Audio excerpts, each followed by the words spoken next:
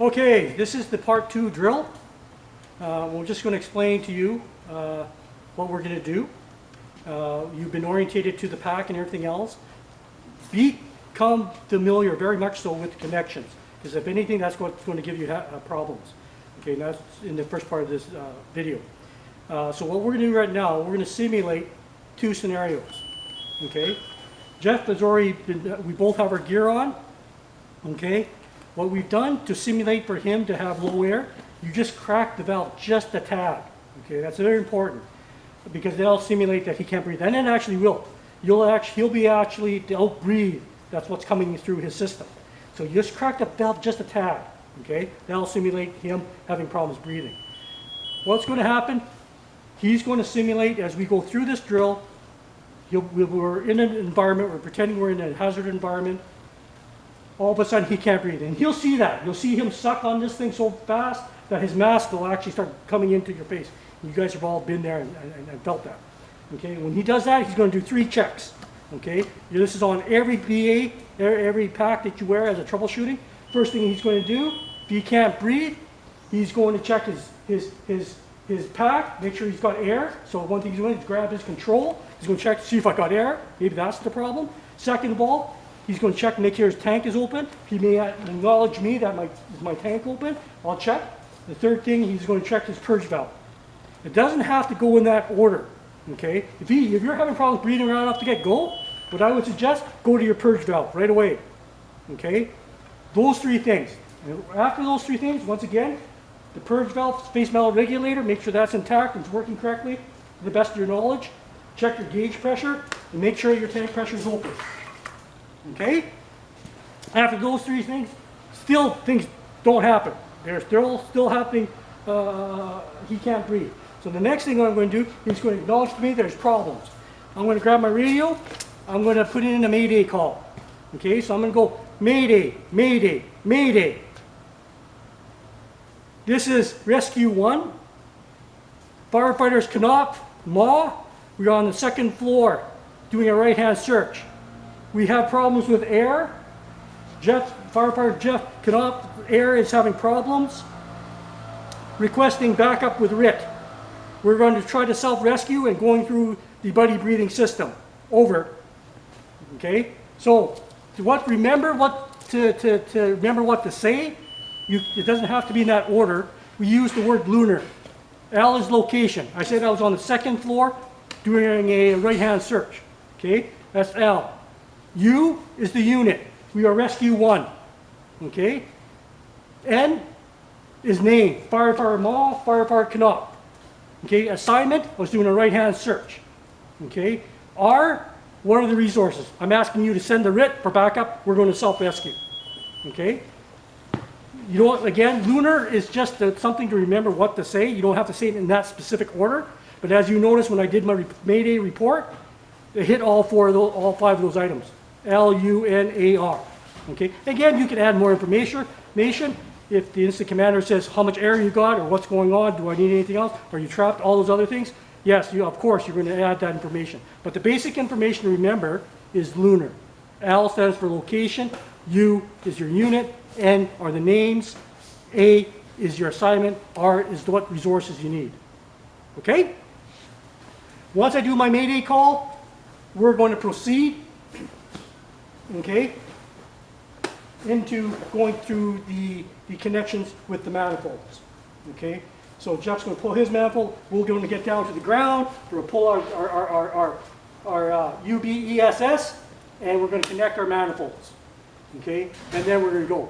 And then at the same time, then I'm going to stop. We're going to disconnect. Then I'm going to talk about a catastrophic failure if the manifolds connections don't work, that we can go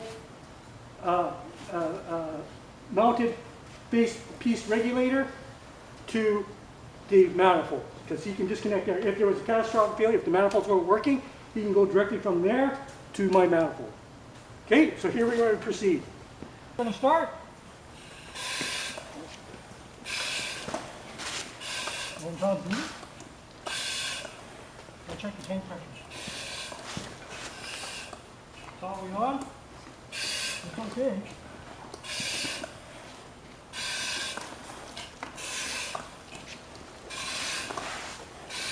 Okay. I'm going to give you air right now before I call the meeting.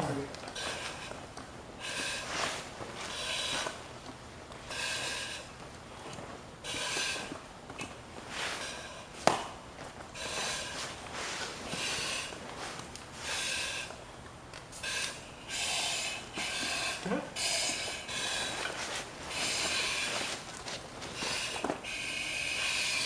Mayday, mayday, mayday.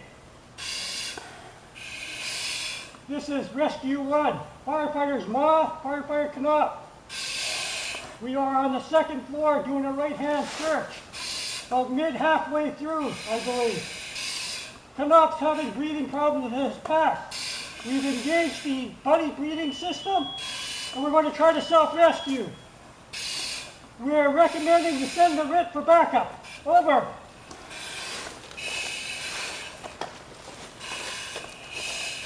Okay, I'm going to hang on with this. We'll go. Okay, good. Ready?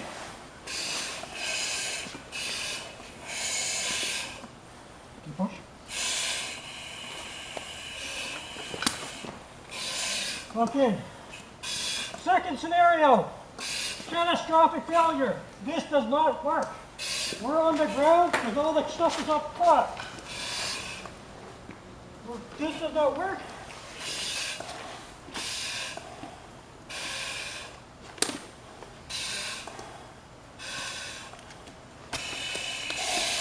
Good.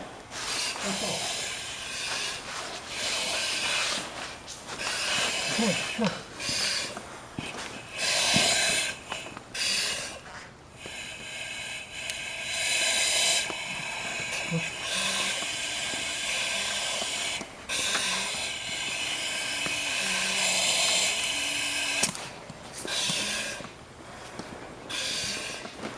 Yeah, hold on, Chuck.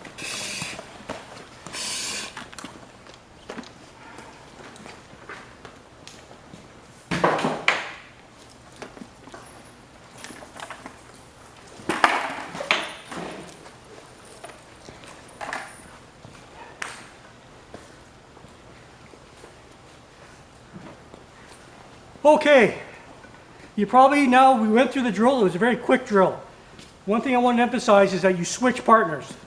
One guy becomes the other person that is having problems breathing and doing the whole drill again. In addition, that other guy will have practice in saying doing the Mayday communication, a lunar call for Mayday call.